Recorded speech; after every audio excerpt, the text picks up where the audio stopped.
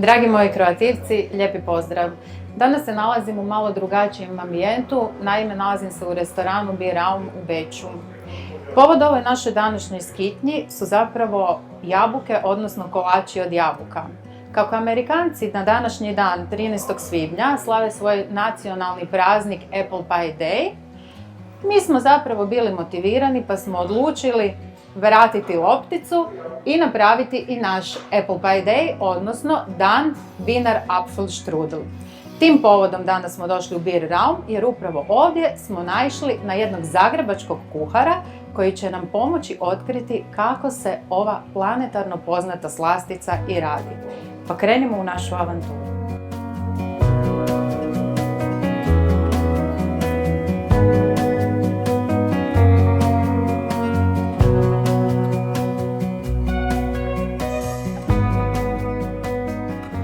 Dragi moji, evo nas u kuhinji restorana Biraum s našim Dejanom, s našim kuharom i krenut ćemo sad u izradu zapravo prve faze ove naše Wiener Apfelstrudle ili ti ga bečke štrudle od jabuka, a to je tijesto. Što nam je sve potrebno, Dejane, za ovo tijesto i kako, kojim redoslijedom ćemo šta dodavati ovdje? Potrebno je znači 250 grama brašna. Kakvog? Glatko.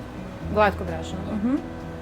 Jedno jaje, Ok. 25 grama ulja, prstov soli i 100 ml vode. Vode. Ok. Voda mora biti sobne, mlaka, hladna, mlaka voda. Mlaka voda. Ok. Zašto nam je ulje bitno za ovaj recept, za tijesto? Znači da bude elastično. Ok. Mnogi od nas zapravo kupujemo gotovo tijesto, ali nadam se da nakon ove avanture ćete ipak se i sami usuditi napraviti to u vlastitom domu, jer velika je razlika. Da ne krenimo onda. Krenemo, znači stavit ćemo prvo brašno. Onda ćemo staviti jedno jaje. Stavit ćemo malo soli, ovako prstohvat. Pa ćemo staviti ulja. Aha, sve sastojke dodaješ istovremeno, jel? I vode. I sad ćemo to možemo sa kuhačom sve to dobro ćemo izmiješati. Ok. Wow, odlično. Jel znaš inače kako je i od kuda zapravo došlo ovo tijesto za štrudlu do Austrije? Ja sam se iznenadila. Do Austrije? Da. Ne znam, reci mi, molim te. Znaš ovako, gle, pazi ovo. Kažu da je to tijesto krenulo s dalekog istoka i onda je zapravo za vrijeme negdje monarhije preko Mađarske došlo do Austrije, jer kad su Turci okupirali Austriju, nekako se smatra da je to tijesto našlo svoje mjesto i u austrijskoj kuhinji. Kažu, najviše je ličilo onom tijestu za baklavu. Vrlo interesantno, jel? Ko bi rekao da Apfelstrudel ima porijeklo čak i sa dalekog istoka u jednom svom dijelu, jel? Mislim da bi trebali staviti još malo vode. Ok, dodajmo vodu onda. Znači vi to možete gledati kako hoćete da vam bude elastično tijesto, znači da vam bude mekše. A što je bolje? Pa najbolje vam je da bude normalno što mekše, što je elastičnije. Tijesto će stajati sat vremena. Ok. I onda ćemo ga rastezati.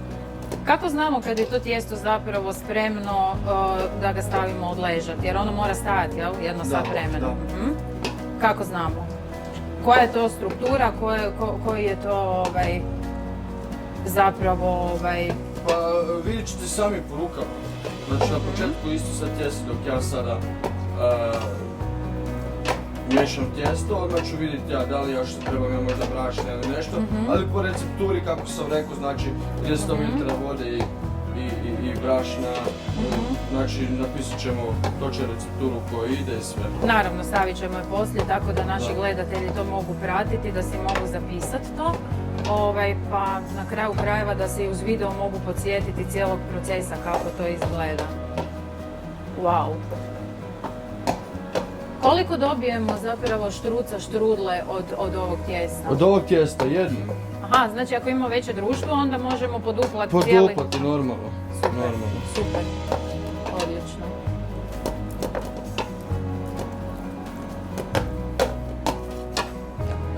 Sad ću malo staviti brašno ovako da mogu dovršiti tijesto. Znači da dobije još svoju tu strukturu i sve. Uglavnom, tijesto se lupa. Ok, šta bi to značilo? A da dobije tu svoju strukturu i elastičnost i tako to. A šta radimo sa lupanjem? Šta, zrak izbijamo iz tijesta ili šta radimo? I zrak izbijamo se, baš to. Super. Evo. Znači ja ne moram ništa ni pričati. Ok, pa ne, kako ne? Čuj, ja samo ponavljam ono što su i mene moja baka i mama naučile, pa pokušavam vidjeti da li je to ispravno ili nije. To su malo previše brašna stavili. Ok. Što mi pretvorili tijesto. Ok. Dobro. Znači sad bi ga trebali ovako malo Opa. slobodno lupati. Čuj, ovo mi se čini kao nekakvi kuharski fitness ovdje. Da. Da. Nije to baš jednostavno. Nije. Izrada tijesta je uvijek svima najveći izazov, koliko mi se čini. Da. Jer ako želimo da tijesto bude dobro, znači moramo ga i zna dobro pripremiti.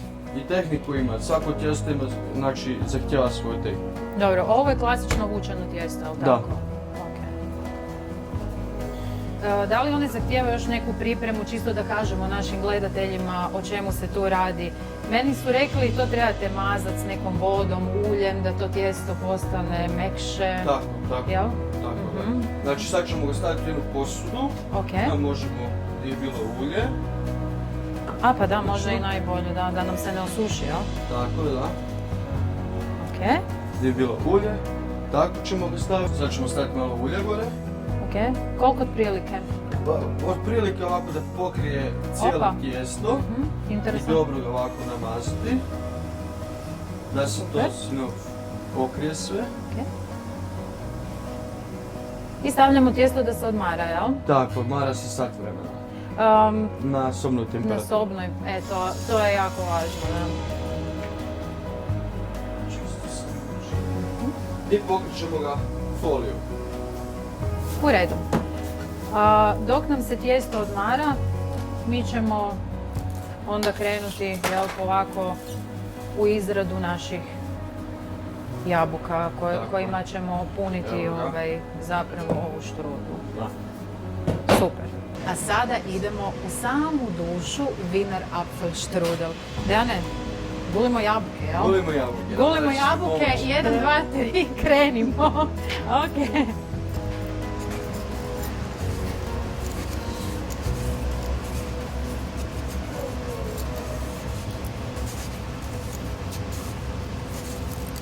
Koliko jabuka ide unutra? Pa otprilike koliko hoćete. Otprilike za jednu štrudlu je dovoljno 2 kile. Za ovu malu štrucicu? Pa, ovisi koliko hoćete da bude velika štrudla, to vam kažem. Aha, ok. Rekli smo da su nam uvijek najbolje sočne. Evo ja imam 2, 4, 6, 8, 9 jabukica. Daj mi reci koji tip jabuka inače uzimaš, koju sortu? Koju sortu? Koja je najbolja? Uzimam ove kisele.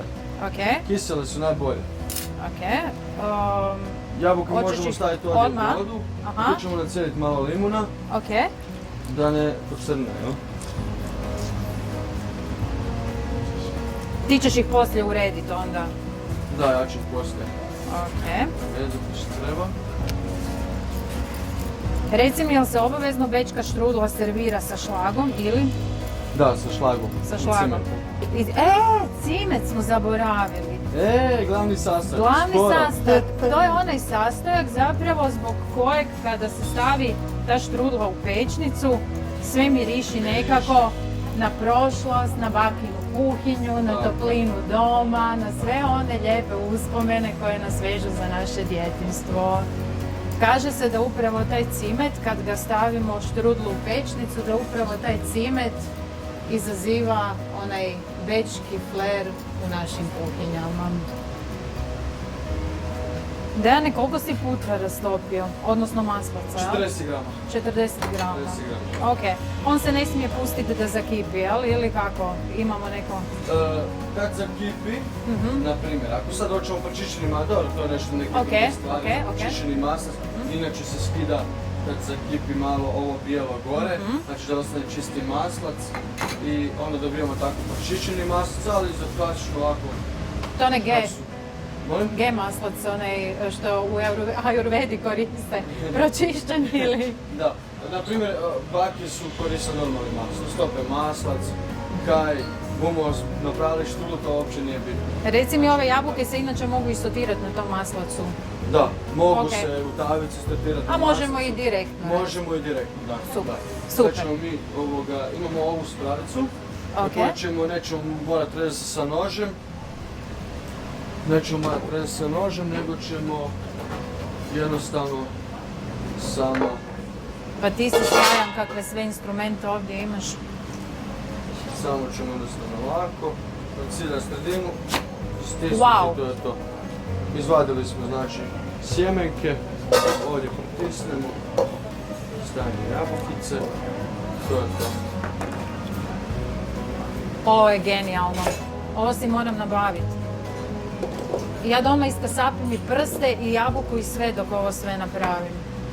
Znaš šta, i čini mi se da je ovo jako praktično obzirom da najviše jabuke se iskoristi ovdje. Da, Da. je, super je. Jabuka na dan tjera doktora van iz kuće, jel? Tu ćemo dodati još limunove korice, šećera, 120 grama tu imamo. Tako, dodat ćemo grožđe sa 100 grama.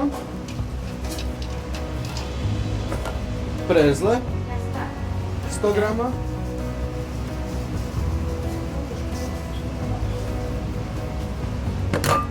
...40 grama bućera znači.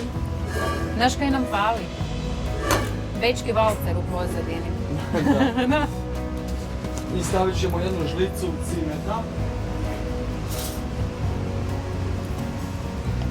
To slobodno po ukusu, jel? Kako Po ko... ukusu kako ko želi. Wow, ovo je sjajno. Tako. To ćemo izmiješati sve.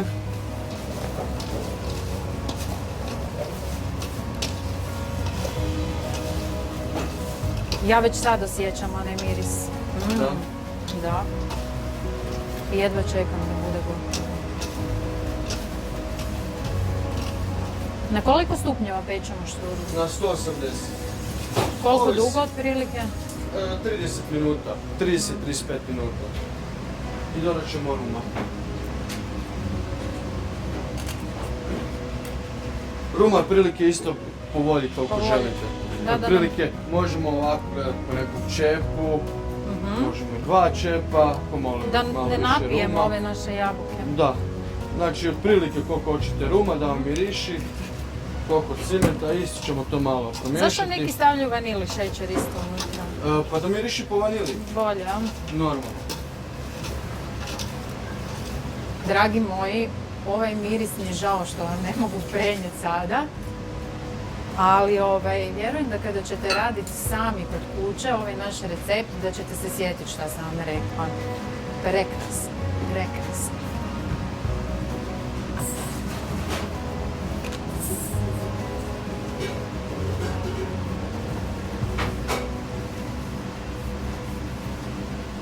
Ali ti se jako lijepo razvlači.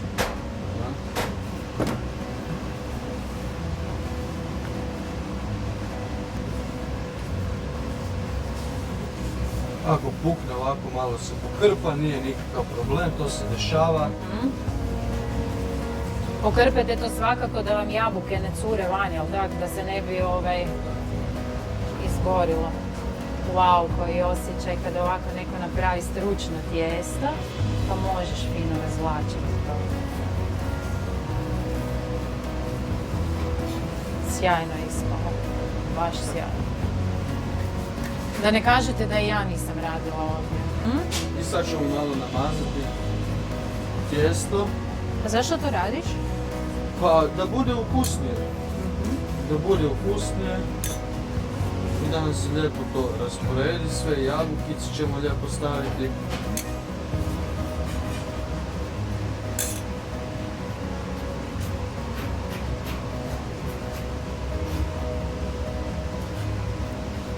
Okay.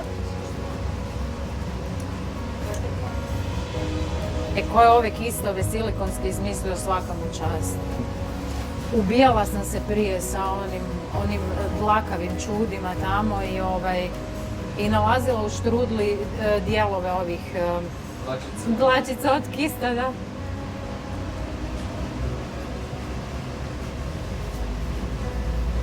Pretpostavljam da to ima svoju svrhu. Da. Reci. Ima kad ćemo rolati tijesto da nam ne puca, naravno. Nekako sam si mislila, bilo me strah reći. Sad ćemo staviti jabukice.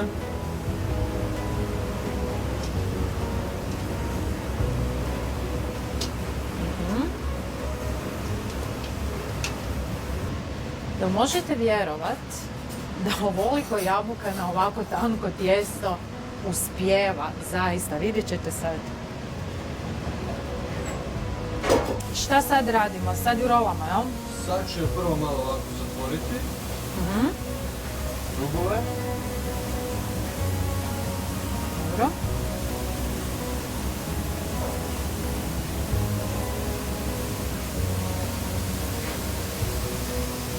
I sad ćemo tu početi rolati. Aha, prvo si zatvorio rubove, a sad ćeš odavde rolati. Super.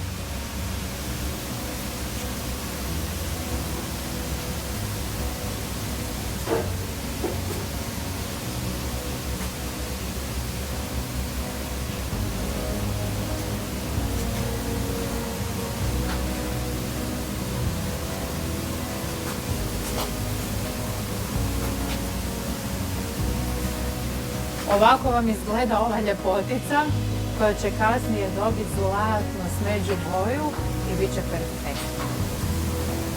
Dejane, opet maslac. Da, Opet moramo malo maslac. staviti maslica da dobije bojicu fino. Kao što sam rekla, za krskavu koricu. Da. To sam pričala malo našim gledateljima dok tebe nije bilo, ne ljutiš se.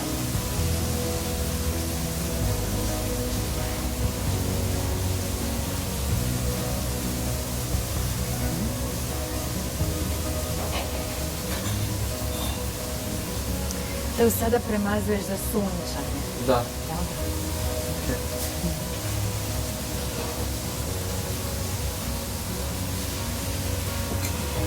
Tako. Naša kraljica sada ide u ovu pećnicu ili ti ga solari da dobije onaj fini preplanuli ten. Idemo s njom unutra.